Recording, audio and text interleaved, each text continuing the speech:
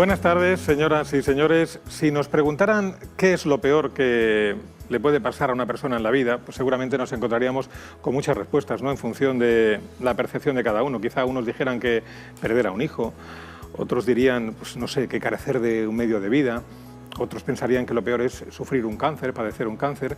Yo creo que si me preguntaran a mí, yo diría que lo peor que le puede pasar a una persona en la vida es no sentir su identidad, es perder su esencia como ser humano, quedarse sin la memoria de los afectos, la memoria de los sentimientos, la memoria del entorno, la memoria del ser y del estar. Es una faena, y debe ser una faena además terrible, terriblemente dolorosa, ¿no? Ya sabemos que el cerebro es el complejo o es la estructura más compleja del universo conocido, y ahí en el cerebro se desarrollan, entre otras, una enfermedad de la que cada vez vamos sabiendo más cosas, pero aún son pocas para detener la creciente prevalencia del Alzheimer.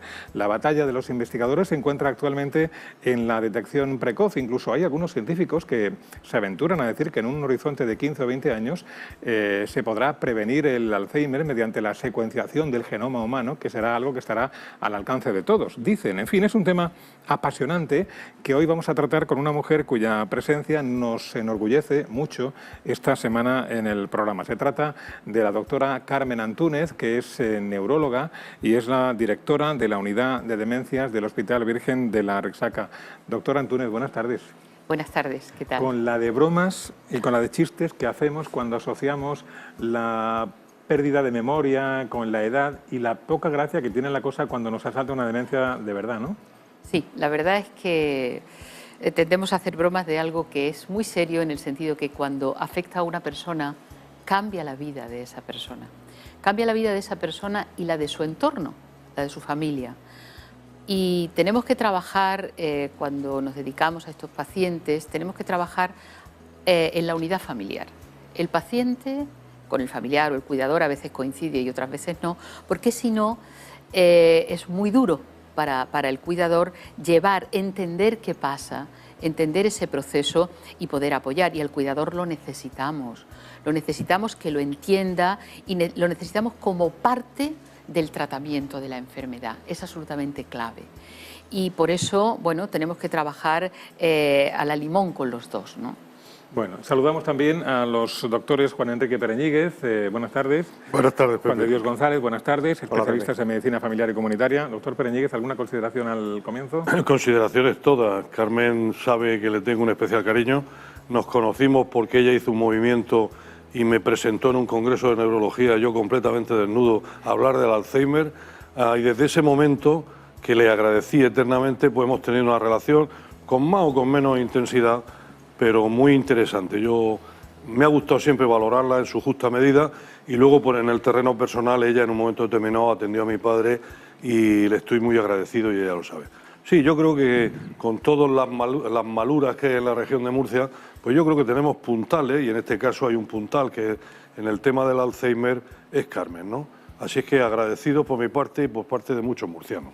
Y el que lo quiera entender, que lo entienda, y el que no lo entienda. Bueno. Dicho esto, me gustaría hacer una pequeña consideración para que la única pregunta que te voy a hacer de entrada, porque observarás que están locos por preguntarte, y es, ¿de qué estamos hablando? ¿De qué volumen de pacientes de Alzheimer? Luego entraremos en clasificar el Alzheimer y esto, si una demencia, si no, pero ¿de qué problema estamos hablando en la región de Murcia? Pero hacemos una cosa, doctora. Retenemos la pregunta del doctor Pereñíguez. Vemos una información que nos han preparado nuestras compañeras Ángela Belmar y Paola Merlot para ponernos en contexto y en situación, y enseguida respondemos a esa pregunta. Vamos a ver la información.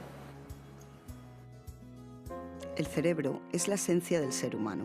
En un cerebro enfermo de Alzheimer, las neuronas responsables de la memoria y otras cuestiones dejan de funcionar. El resultado es que la persona enferma tiene olvidos, se desorienta, se aísla y necesita ayuda para realizar sus actividades cotidianas. Los enfermos de Alzheimer van perdiendo sus recuerdos y su identidad, hasta no reconocer la realidad que los envuelve.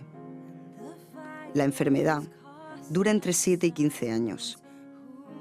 Durante este tiempo, la afectación y dependencia del enfermo son cada vez mayores. 1 de cada 10 personas mayores de 65 años tiene Alzheimer. El principal factor de riesgo para padecer esta enfermedad es hacerse mayor. Conforme ha ido aumentando la esperanza de vida en todo el mundo, también lo ha ido haciendo el número de enfermos de Alzheimer. Cada día se diagnostican miles de nuevos casos de demencia y la mayoría son Alzheimer. Estamos ante una enfermedad de efectos devastadores y, de momento, sin curación. Cada nuevo caso que se diagnostica cambia la vida a una familia entera. A día de hoy, se desconoce el origen y las causas del Alzheimer. Solo sabemos que es una enfermedad, no una consecuencia de hacernos mayores, y por lo tanto se puede encontrar una solución. La ciencia es el camino para obtener más conocimiento sobre la enfermedad, y la innovación, la guía para buscar soluciones que mejoren la calidad de vida de las personas afectadas y también de sus cuidadores.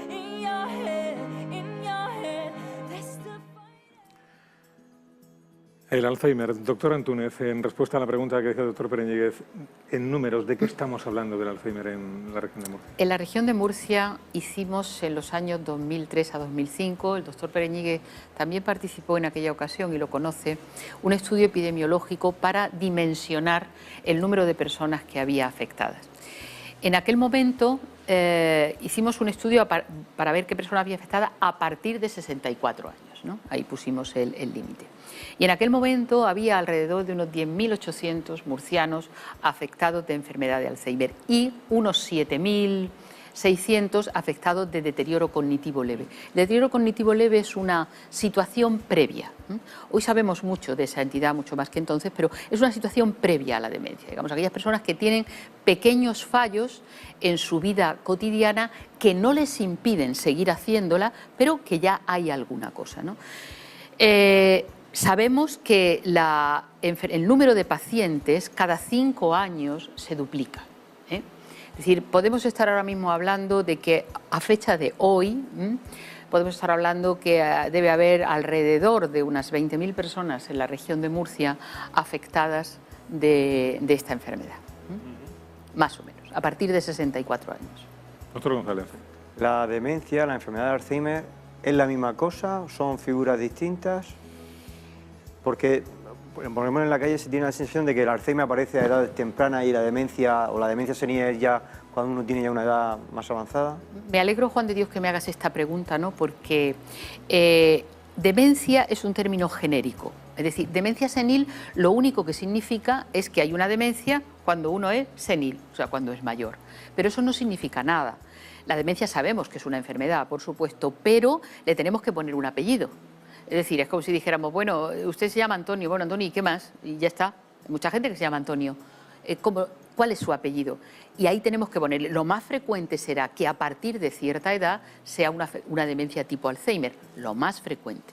A partir de esa edad, de los 64 años, la enfermedad de Alzheimer se dispara. O sea, es cuando hay una incidencia muchísimo mayor. Pero cuando uno es joven, es decir, a partir entre los 40 y los 60, puede tener una demencia tipo Alzheimer y muchas otras. Pero son familiares. El 1% de los casos de demencias tipo Alzheimer son familiares y se dan entre los 40 y los 60, 63 años. Esa es la diferencia. Pero decir demencia es decir que bueno, uno tiene unos rasgos de incapacidad de realizar actividades de la vida diaria, pero luego hay que ponerle un apellido. Y el apellido Alzheimer es el más frecuente. ¿Y el primer síntoma de la demencia siempre es la pérdida de memoria? Y si yo veo que tengo lapsus de memoria, pérdida de memoria, ¿cuándo debo empezar a preocuparme de que puedo estar en esas personas candidatas a tener un Alzheimer? En la mayoría de los casos, lo más frecuente es tener pérdidas de memoria, pero no es el único.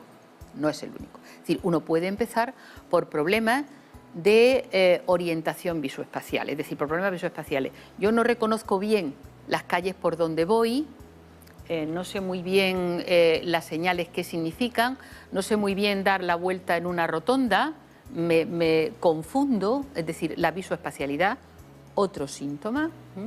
Otras veces los pacientes comienzan por problemas de conducta.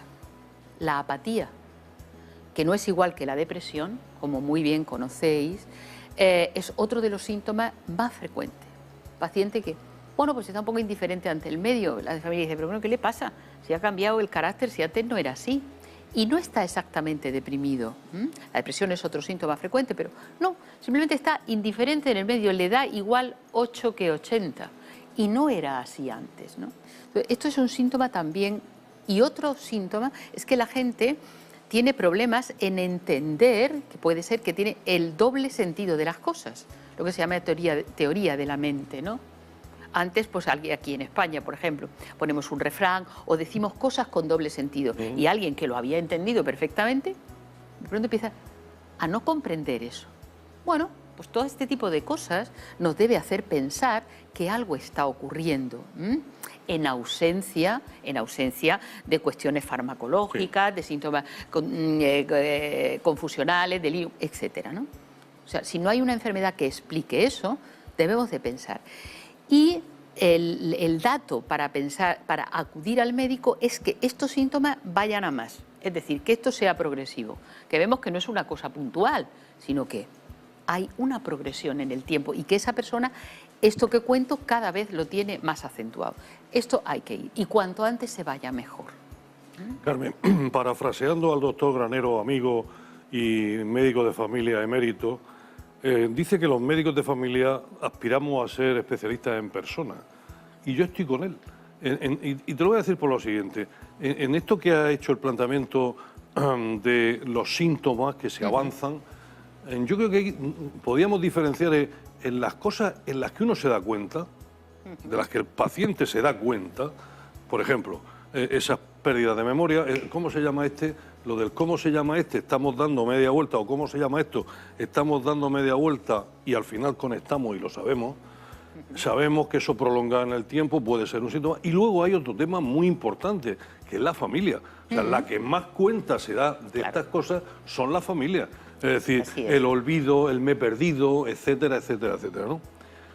Lo digo porque muchas veces, como tú muy bien dices, el tema del diagnóstico de una demencia no es demencia, de una demencia. Una demencia puede ser una demencia vascular, por los cuadros, por los cuerpos de fenómenos el alcohol, etcétera, etcétera, hasta llegar al Alzheimer. Lo digo porque no son diagnósticos fáciles, no son diagnósticos fáciles. En absoluto. El médico de atención primaria y la familia son los instrumentos más potentes para poner en marcha, para desencadenar el tsunami hasta que se llega a una unidad de neurología de la potencia de la que dirige Carmen y llegar a poner ese apellido, porque ese apellido va a marcar la vida de no solamente el paciente, sino además del entorno que ella comentaba. Luego yo creo que, si te parece, me ha parecido magnífico el reverenciar o el poner encima de la mesa esos síntomas genéricos, esos test que se hacen a las personas mayores a partir de los 65 años, que todo el mundo está cabreado ahora de hacerlo, a la gente porque le pregunta, a los profesionales porque lo tienen que hacer. Y luego, pues eso, esos síntomas que yo creo que habría que desdramatizar personales, el tema de la demencia es un tema que nos pasa a todos. A ti no, pero a nosotros, a Juan de y a mí nos pasa mucho, no me acuerdo, y nos pone nerviosos e inquietos, ¿no? Se desencadena si eso se mantiene mucho más en el tiempo. ¿Y cuáles son los más importantes, que sea repetirlo, de la familia tiene que estar atento? A ver, me alegro que comentes esto como siempre lo haces muy bien y además eres un gran médico de familia. Muchas gracias. No, es verdad. Hay una cosa que lo hemos comentado muchas veces, que es el envejecimiento normal del cerebro. A ver, a ti se te ha puesto el pelo blanco desde que yo te conozco, claro. El pelo, el bigote, claro. Aparecen arrugas. Toque de coquetería. Hombre, un toque siempre importante, por otra parte. Pero hay un envejecimiento normal, claro, ¿no? Dentro de eso, el cerebro también envejece. ¿Y cómo se manifiesta el envejecimiento cerebral? Bueno, pues hay una serie de cosas que demuestran que nuestro cerebro está envejeciendo y no quiere decir que tengamos una demencia. Claro, por ejemplo, pues no me acuerdo del nombre. Ay, el nombre que yo, pero si antes yo el nombre, pero luego al rato, al día siguiente y tal, tú haces una asociación, de pronto, ya, y te sale, ¿verdad? Siempre te sale.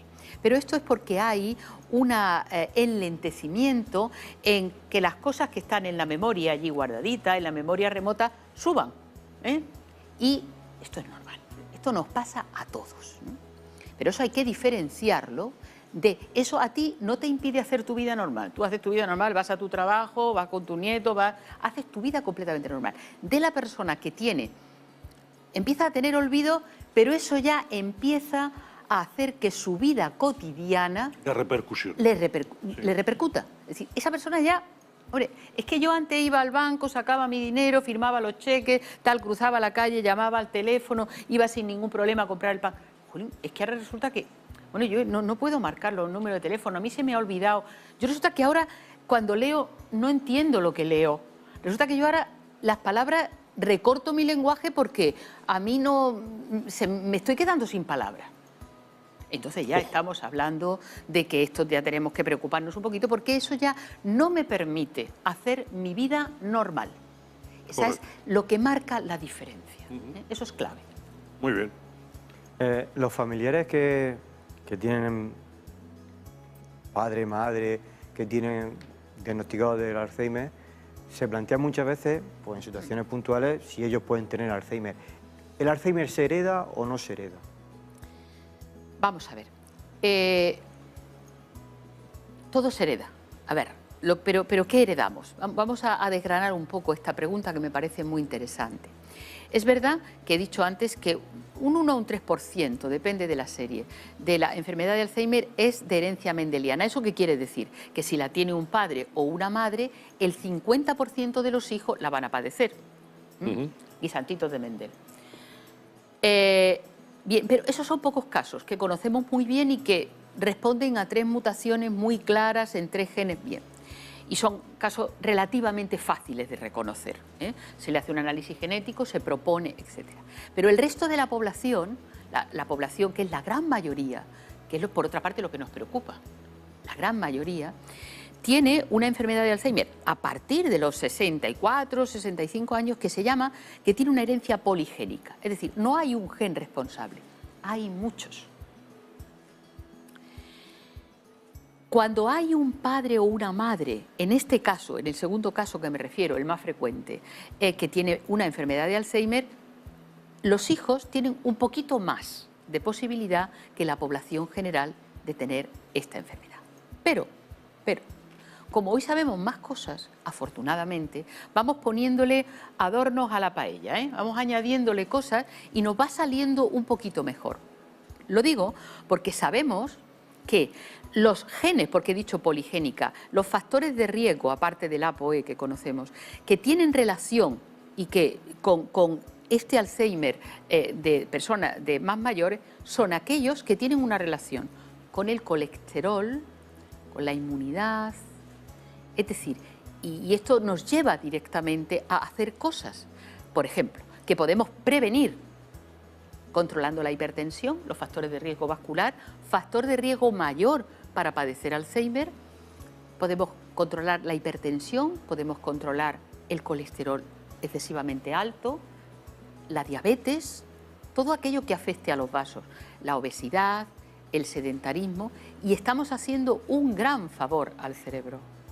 De hecho, hoy en día hay publicaciones muy interesantes de cohortes.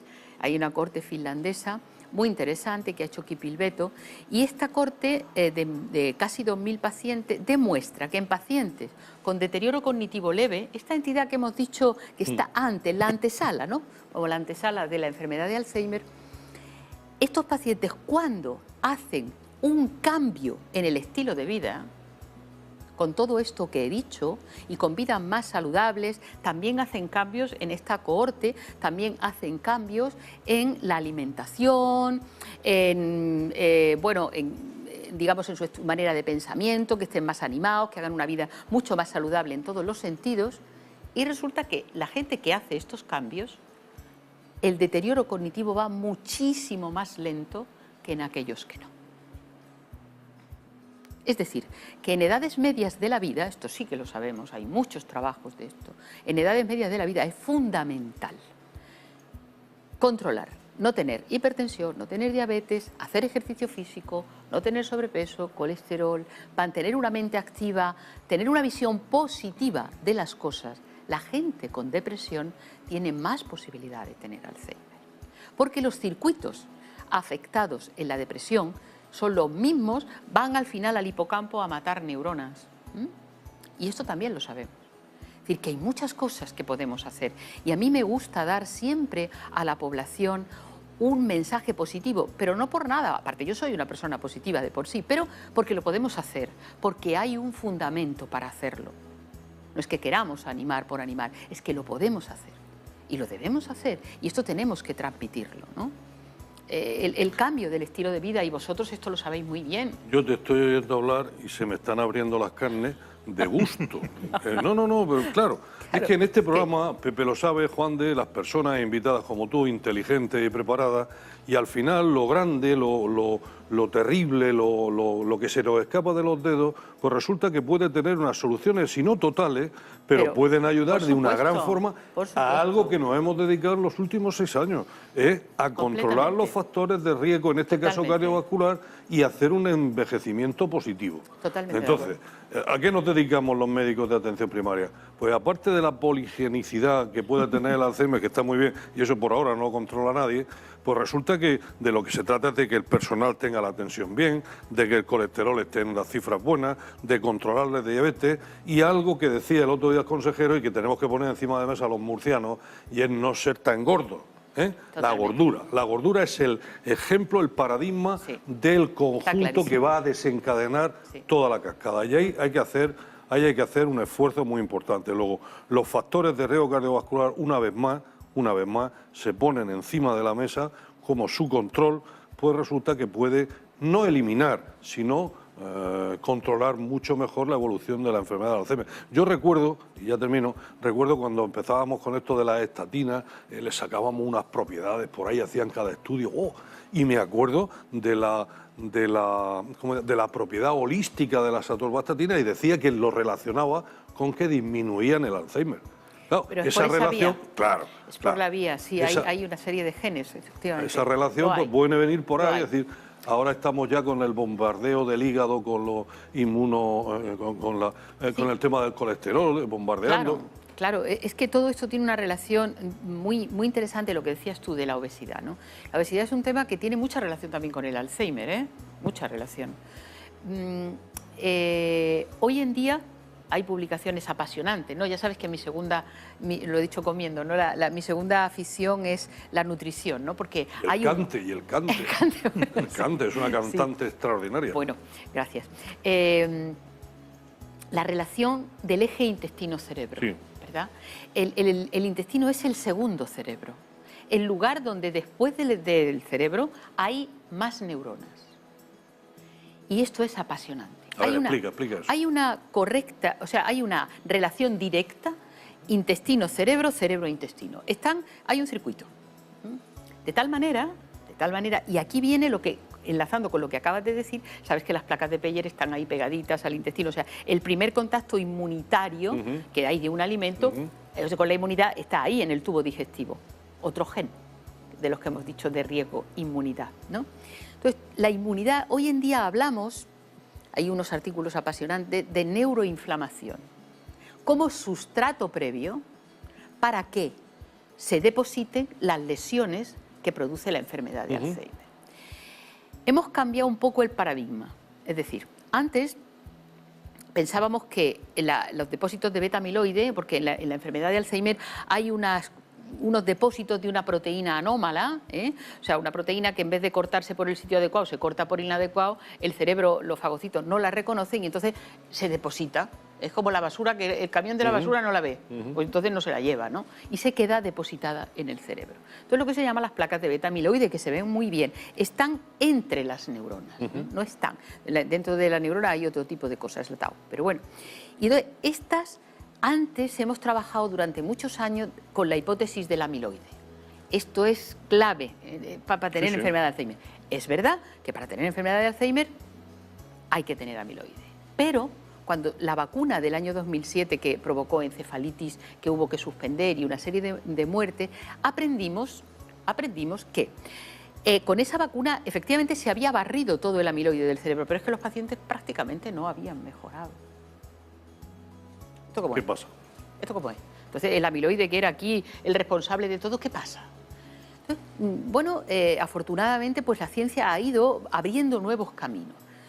Y hoy sabemos que probablemente lo que hay, antes de que se depositen, de que se genere esta cascada de lesiones, una neuroinflamación. Hay factores inflamatorios que están predisponiendo al cerebro, de alguna forma, a que se depositen proteínas anómalas. ¿Y de dónde viene esto? Viene del aparato digestivo en gran parte, en gran parte. Sabemos que lo que comemos, también el estrés, pero lo que comemos modifica nuestro microbioma, la flora intestinal. Y la flora intestinal, que es nuestra amiga, y que en el año 2010 se secuenció lo que se llama el metagenoma, que es el genoma de la flora intestinal. Ahora no tenemos solamente un genoma, tenemos lo que se llama el metagenoma, nuestro genoma con el de los bichitos, con el de las bacterias que tenemos en el intestino, que nos clasificamos los humanos en 3 grupos, depende de los bichos que tengamos, A, B y C. Lo que comemos, y también el estrés, digo, porque es muy importante, modifican esa flora intestinal, a favor o en contra nuestra. Es decir, haciendo amigos a las bacterias o enemigas, haciendo que aparezcan otras que no son nada buenas amigas y que dejan entrar en nuestro torrente sanguíneo una serie de sustancias que pueden ser tóxicas, contra lo que el organismo reacciona haciendo un complejo antígeno-anticuerpo que puede depositarse en algún órgano diana, entre ellos el cerebro. Ah, muy bien. Entonces esto es un tema absolutamente apasionante. Hay unas publicaciones, ya digo, preciosas, ¿no? Amén del tema inmunitario, que tiene mucho papel que ver aquí, ¿no?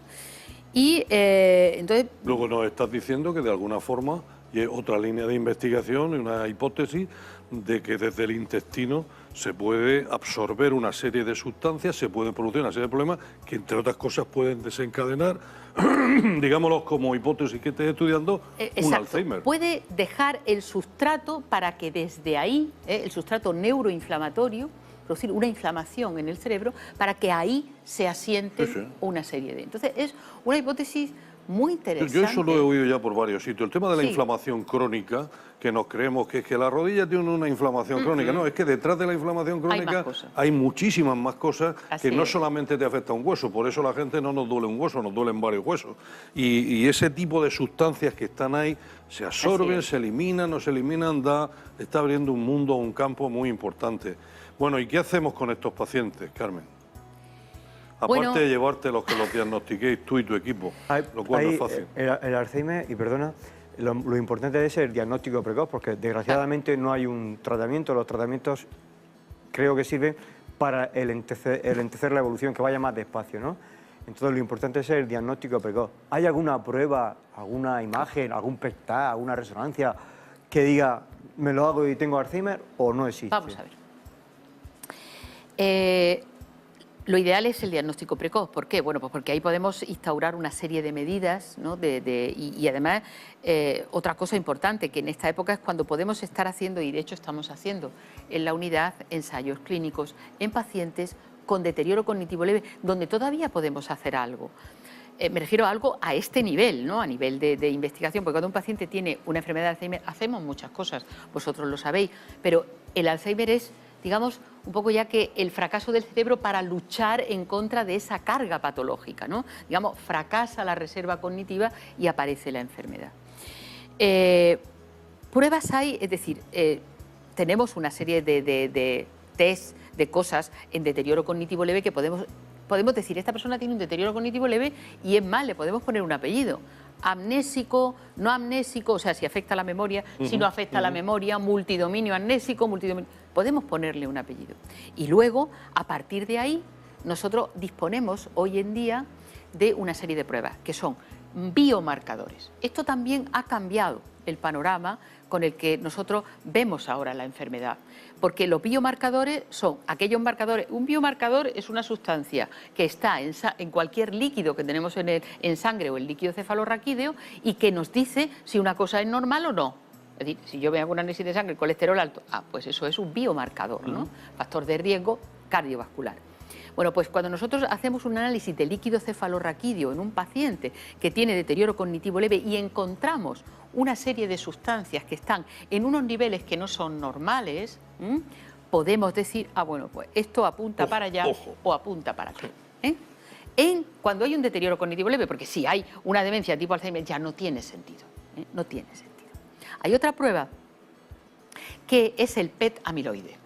El PET amiloide es un PET, el PET es una tomografía por emisión de positrones, en la cual hay una sustancia que se une al amiloide, a esta sustancia que hemos comentado, ¿no? Entonces de forma intravenosa se suministra esta sustancia y esta sustancia reacciona con el amiloide cerebral, luego se hace un PET y se ven unas manchitas, se ve cómo se ilumina aquello, ¿no?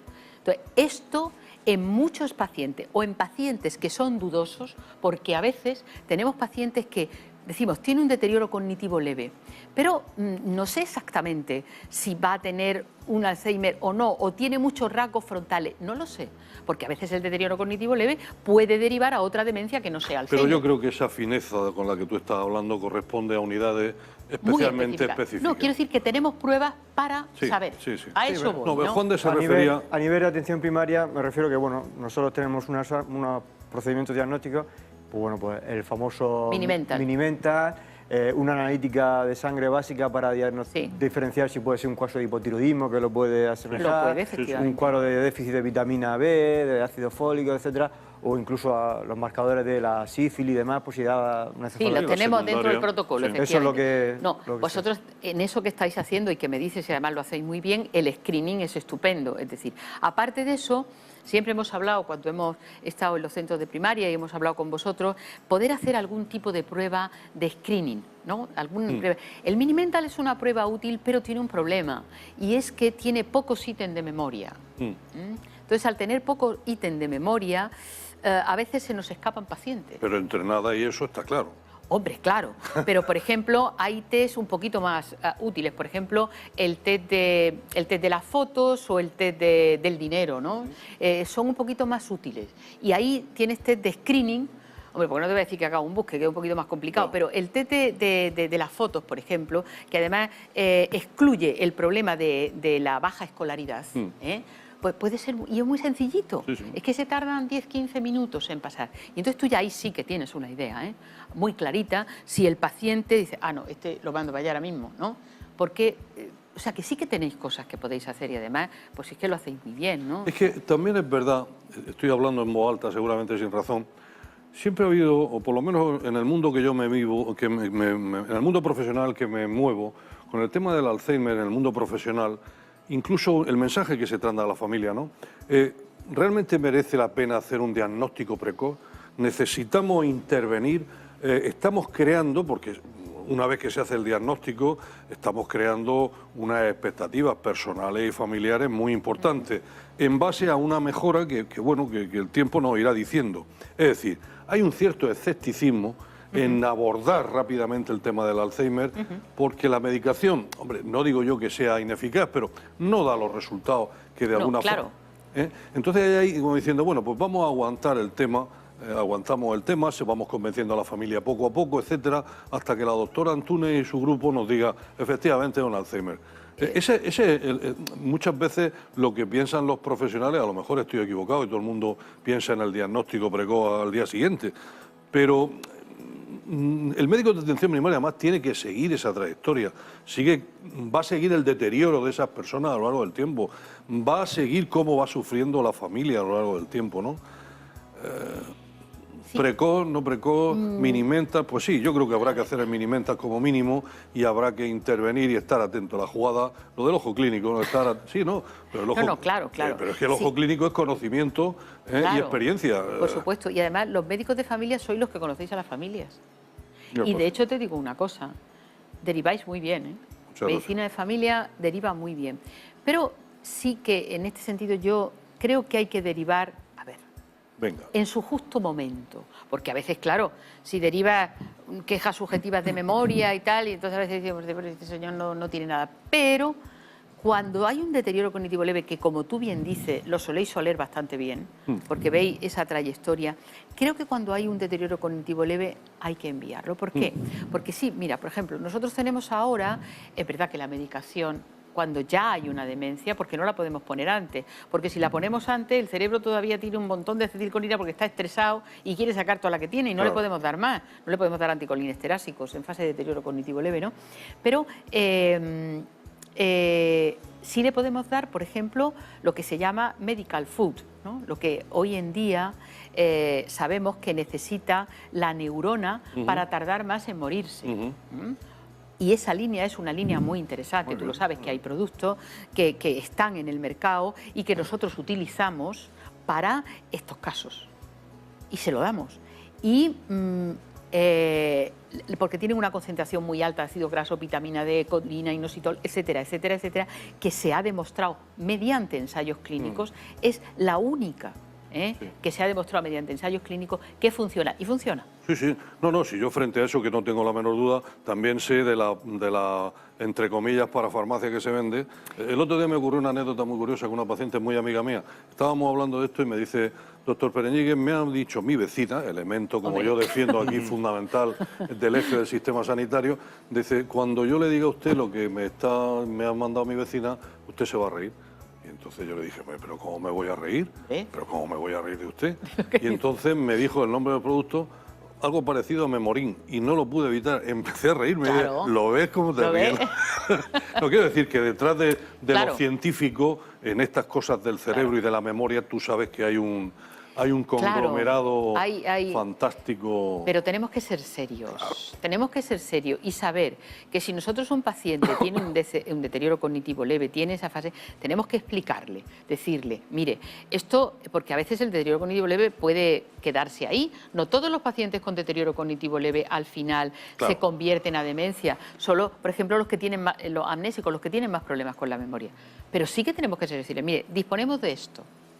Y se ha visto, se ha comprobado mediante ensayos clínicos que esto va a hacer que todo vaya más despacio. Es decir, el conocimiento que nosotros tenemos hoy en día, lo que he dicho, cambio de los factores de riesgo, estilo de vida, cambio del estilo de vida, este tipo, lo que se llama medical food, etcétera, esto sí que tiene un papel y está comprobado científicamente. O sea, que eso no es que nos lo estemos inventando, es que está claro, ¿no? Entonces, todo esto tenemos que ponerlo a disposición de aquellos pacientes, de los pacientes. Doctor Antonio, yo no sé si las redes sociales nos ayudan o no a dinamizar el cerebro. Lo cierto es que nos obligan a estar casi de forma obsesiva, permanentemente y constantemente pendientes de lo que se publica o de lo que no se publica, ¿no? Digo esto porque nosotros tenemos una sección en este programa que dedicamos a las redes sociales y que la denominamos redes saludables. Hemos buceado un poco y hemos extraído 3 cositas que queremos comentar brevemente con usted. Vamos a verlas.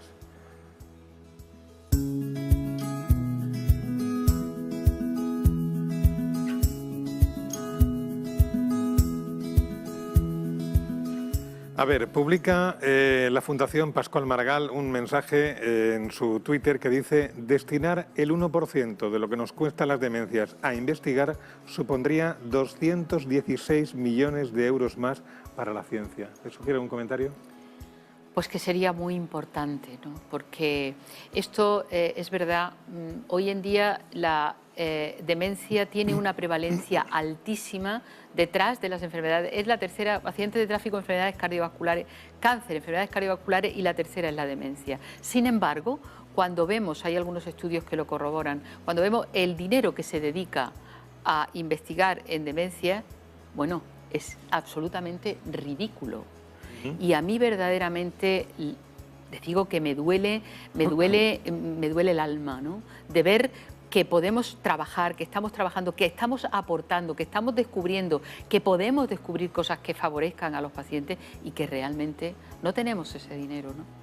A ver, muy bien. Otra publicación que hemos visto en Twitter, la vamos a ver en pantalla ahora, es la que recoge el Twitter de este señor, de Luis Cuesta, que se hace eco de una noticia aparecida el otro día en el diario La Nueva España de Gijón y que hace referencia, aunque ahí lo vemos muy pequeñito, pero bueno, yo lo comento, de una empresa gijonesa que se llama Prodintec, que diseña un equipo para el diagnóstico precoz del Alzheimer. Bueno, basado en la identificación de biomarcadores en sangre a través de lo que son capaces de detectar la aparición del Alzheimer en personas en las que se han detectado cambios cognitivos no propios de su edad.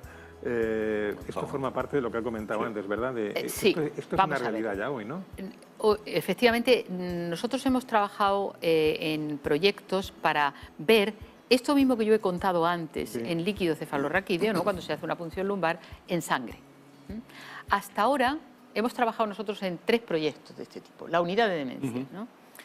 Y hasta ahora no tenemos, es decir, no tenemos algo claro en sangre. No es lo mismo el beta-amiloide, o sea, estas sustancias en líquido que en sangre, ¿no? No lo tenemos claro, que en sangre pueda detectarse de forma precoz el Alzheimer. No sé, esta empresa supongo que habrá cogido una serie de metabolitos que sí sabemos que están alterados, pero no lo utilizamos aquí y todavía no lo tenemos claro. Muy bien. Y un último apunte. Lo hemos sacado del Twitter del grupo EFAME, que dice: los cuidadores de familias con Alzheimer, un reto para el nuevo plan. Él se refiere al nuevo Plan Nacional de Alzheimer que está preparando el Gobierno y que podría estar disponible a finales de este año. Una vez más, los cuidadores de la familia son tienen que ser objeto de atención, ¿verdad?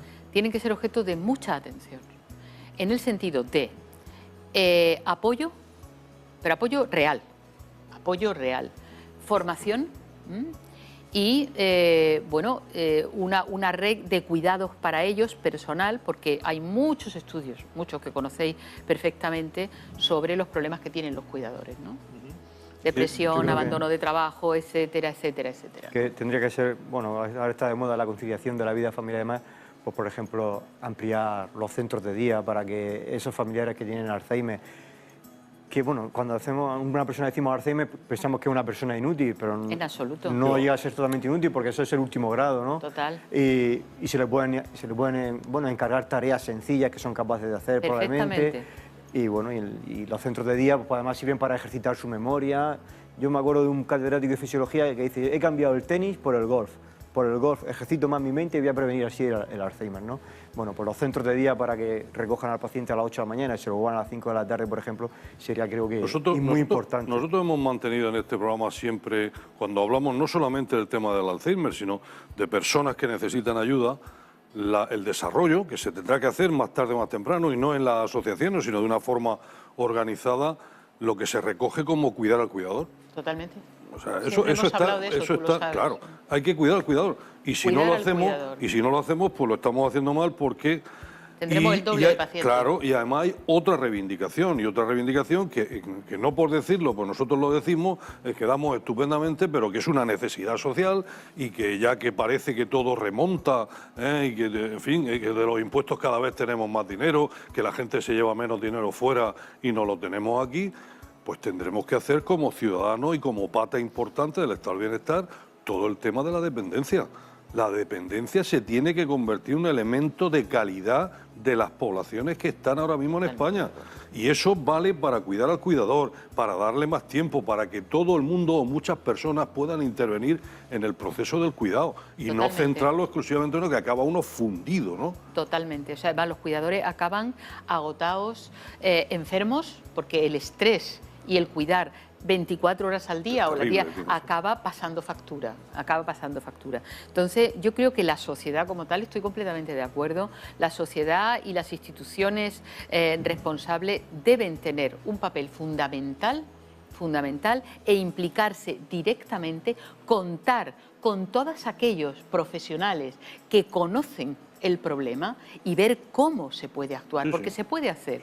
Y muchas veces no es tanto un problema económico como un problema de organización, de buena organización. Has estado en Italia y te has traído algo interesante de allí, ¿no? Yo he estado 2 meses en Italia porque me fui a Milán a aprender, porque allí el tema de la rehabilitación y del cuidado es completamente diferente aquí, ¿no?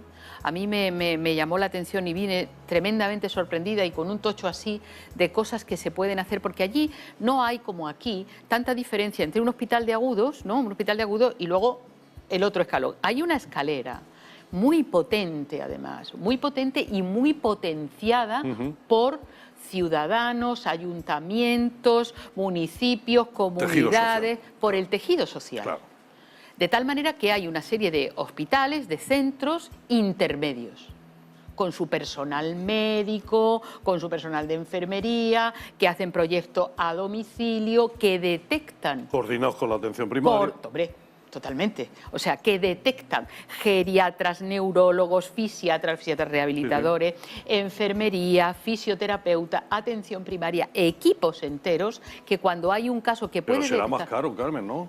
Pero vamos a ver, será más caro, pero participa en eso el gobierno italiano, el gobierno central, el gobierno de, en este caso, de la Lombardía. Pero es que yo creo que la coordinación no cuesta dinero. Pero si es que eso no cuesta dinero. Vale. Probablemente el dar dinero parcheadamente sea más caro que hacer una serie de programas. Y además, si se organiza bien, se puede contar con dinero de Europa. Porque allí estaban trabajando concretamente en proyectos europeos con el Ayuntamiento de Milán, que el propio ayuntamiento tiene una red de centros de Alzheimer y tiene una atención al Alzheimer, a los cuidadores, Alzheimer Café, red telefónica, tiene como 15 cosas que dependen... ¿Cuándo vas a hablar con Pepe Ballesta? Tienes que hablar ya, no, pero es que estas cosas no hay que dejarlas por ahí. Hay que hablar con Pepe. Hablé con su concejal. Claro, con Cuando Felipe. seamos jefes, lo pondremos. Es verdad, pero es que se pueden hacer muchas cosas organizando un poco los recursos que se tienen y con no tanto dinero. Es un problema de cambio de mentalidad, que es lo más complicado a veces, Sí, sin lugar a más dudas. que el dinero. Sin lugar a dudas. Está claro que dedicar 45 minutos a un tema como el Alzheimer es del todo insuficiente. Pero bueno, ha sido un placer tener hoy con nosotros a la doctora Carmen Antúnez. Hoy más que nunca habría que decir aquello de mens sana in corpore sano. Totalmente. Poner la mente a trabajar, que esté en activo y tener un hábito de vida saludable para plantarle cara al Alzheimer. Así es. O al menos ralentizar o posponer su aparición. Eso no quiere decir, porque aunque estemos hablando de la pérdida de memoria, que no haya que olvidar. Hay que olvidar. Es necesario olvidar. Eso es como un disco duro en el que tenemos que hacer sitio. Hay que olvidar, por ejemplo, que el Murcia no ha ascendido y así evitamos disgusto para poder descansar y poder tener una Ni el vida un poco Cartagena, mejor. ni el Cartagena. El Cartagena tampoco ha ascendido, ¿no? Hay que tener la capacidad de olvidar y gracias a que olvidamos podemos vivir medianamente tranquilos de vez en cuando. Pero la otra parte de la memoria, la que decíamos, la de los afectos, la de los sentimientos, la del entorno, la memoria del ser y del estar, esa es la que tenemos que hacer todo lo posible, lo que esté a nuestro alcance para conservarla y para no perderla. Doctora Carmen Antúnez, muy amable, muchísimas gracias. Gracias a vosotros. Muchas Doctor gracias. Pereñíguez, doctor González, Muy bien, Carmen, hasta la semana muchas que viene. gracias. Ha sido un placer. A ustedes también, les esperamos la semana que viene aquí en Encantados de Cuidarte. Hasta entonces.